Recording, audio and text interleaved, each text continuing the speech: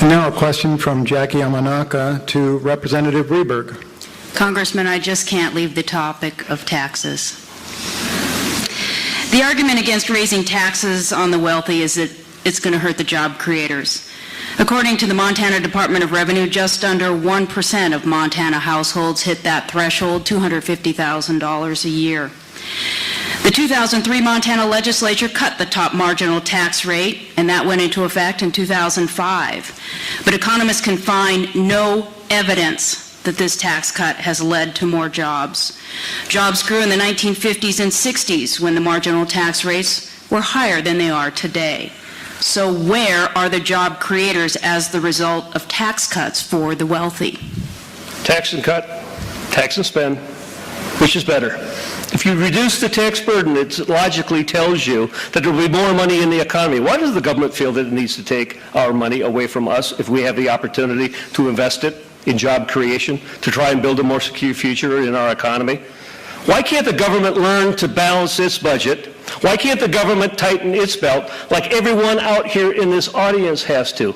But this government does not want to. We bring $3 trillion in and we're spending 4.5. We're not going to be able to cut spending enough to balance the budget. We need to grow the economy, and the way you grow the economy is you don't take every last dime out of the economy. You let that money stay in and circulate and grow and create the jobs necessary to ultimately build that more secure future. You cannot continue to tax your way into prosperity. You can't spend your way into prosperity. That's the different path that I have. I don't believe that government is the solution. I think small business is the solution. If you'll just get the government off the backs, if you'll liberate Main Street by reducing the tax burden, by reducing the regulatory burden, you can in fact have more people hired, keep those that already have jobs, and expand our economy.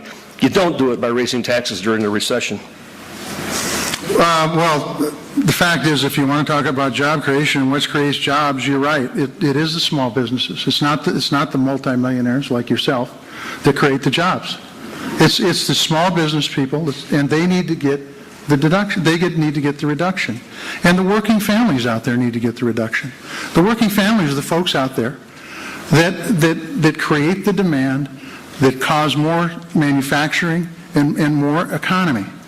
And quite honestly, we're not talking about not tightening our belts. The belts are going to be tightened in a big, big way as we look for a big, broad-based plan to reduce our debt and deficit.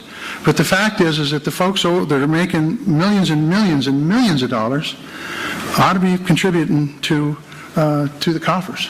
Representative Rehberg, 30 seconds. Feed the beast. That's all they want to do. More government, bigger government. Continue the same government. Rather than trying to create the efficiencies, the effectiveness that can be made within those agencies, all they want to do is add more money.